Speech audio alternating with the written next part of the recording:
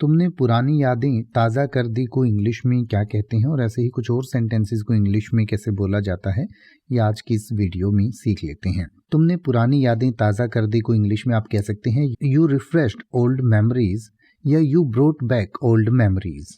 You refreshed old memories या you brought back old memories. या आप कह सकते हैं that really takes me back, यानी कि ये चीज़ें जो हैं मुझे वास्तव में पास्ट में ले जाती हैं या पहले की यादों में ले जाती हैं।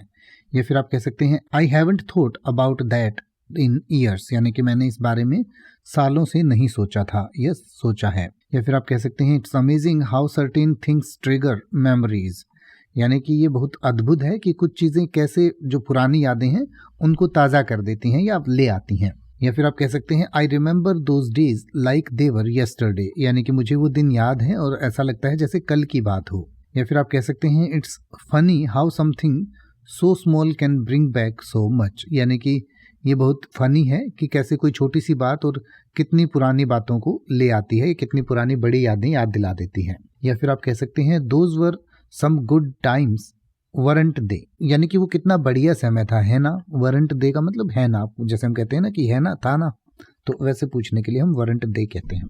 या फिर आप कह सकते हैं it's like stepping into a time machine, यानी कि ऐसा लग रहा है जैसे हम टाइम मशीन में बैठकर वापस उसी समय में आ गए हैं। या फिर आप कह सकते हैं thank you for reminding me of that moment, यानी कि मुझे उस पल की याद दिलाने के लिए आपका धन्यवाद। या फिर आप कह सकते हैं it's feels like just yesterday we were, यानी कि ऐसा लग रहा है कि जैसे हम कल की ही बात है या कल ही हम ऐसे थे। तो इस तरीके से आप ऐसी कुछ और बातें कह सकते हैं। अब आप ऐसे ही किसी भी वर्ड का मतलब हिंदी और इंग्लिश में YouTube पर सर्च कर सकते हैं, आपको मेरी वीडियो मिल जाएगी जिसमें आप बिना किसी फालतू बकवास के सीधा उस वर्ड का मतलब समझ पाएंगे। तो ऐसी ही वीडियोस को देखते रहने के लिए चैनल को सब्सक्राइब करें और बेल आइकन को प्रेस करें।